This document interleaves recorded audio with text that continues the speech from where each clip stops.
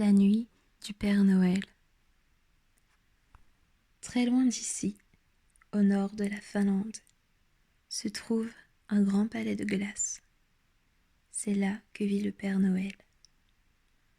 Ce soir, c'est le 24 décembre, et des milliers d'enfants de par le monde attendent la distribution de cadeaux. Par ma barbe blanche, s'énerve le Père Noël. Il me manque encore quelques paquets. Où sont-ils passés ? Le Père Noël entasse de gros sacs à l'arrière de son vieux traîneau. Puis, il attelle Lit et Lo, ses reines jumeaux. Ça y est, le chargement est prêt. Il me reste 1 heure pour me reposer. Avant de partir, sourit le Père Noël en s'allongeant sur son divan. La nuit est maintenant tombée. Quelques étoiles scintillent au-dessus du palais de glace. Le Père Noël rêve d'énormes bouquets, cueillis là-haut sur l'arc-en-ciel, et les heures passent lentement.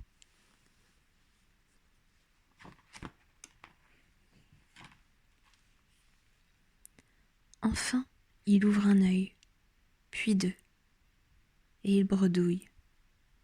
Où suis-je ? C'est le printemps. Il regarde par la fenêtre, et que voit-il ? De la neige, de la glace partout, et le ciel qui pâlit peu à peu.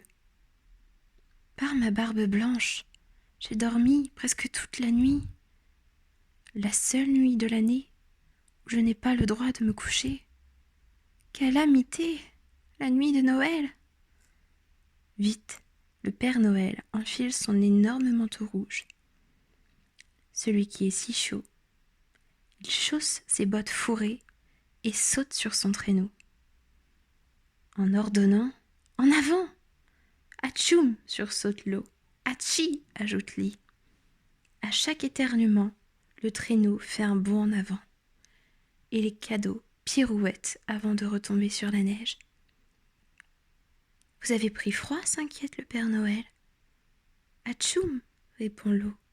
Atchi, répète Li.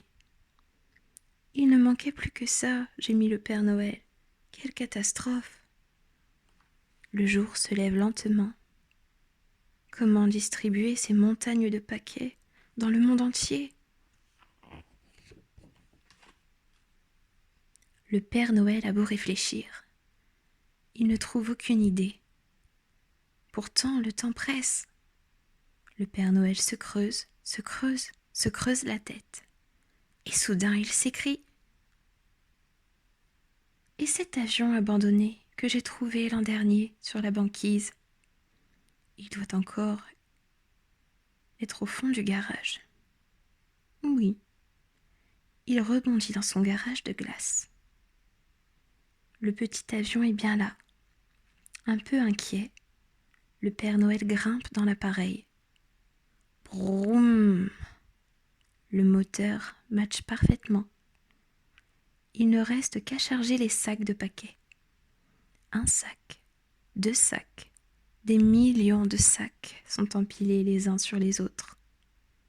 Dans l'avion, sur les ailes et même sur la tête du Père Noël.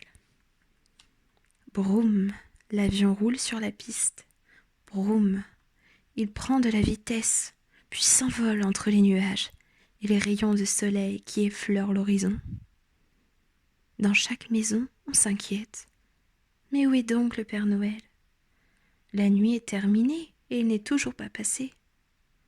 Enfin, un bruit de moteur se fait entendre au-dessus des toits.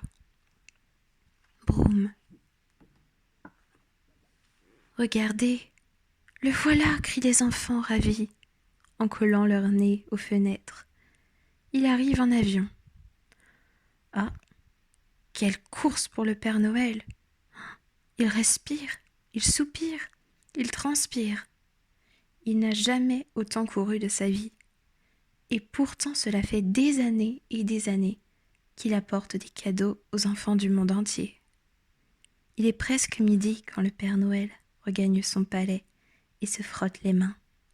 Ouf! Les paquets sont tous distribués. Par ma barbe blanche, je me souviendrai de ce Noël-ci.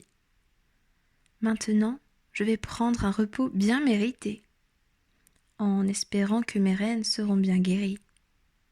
Il enlève son manteau rouge et ses bottes fourrées, se glisse sous son énorme édredon et s'endort profondément. Père Noël s'est promis. Tu te réveilleras avant Noël prochain, dit. Merci à vous et belle nuit.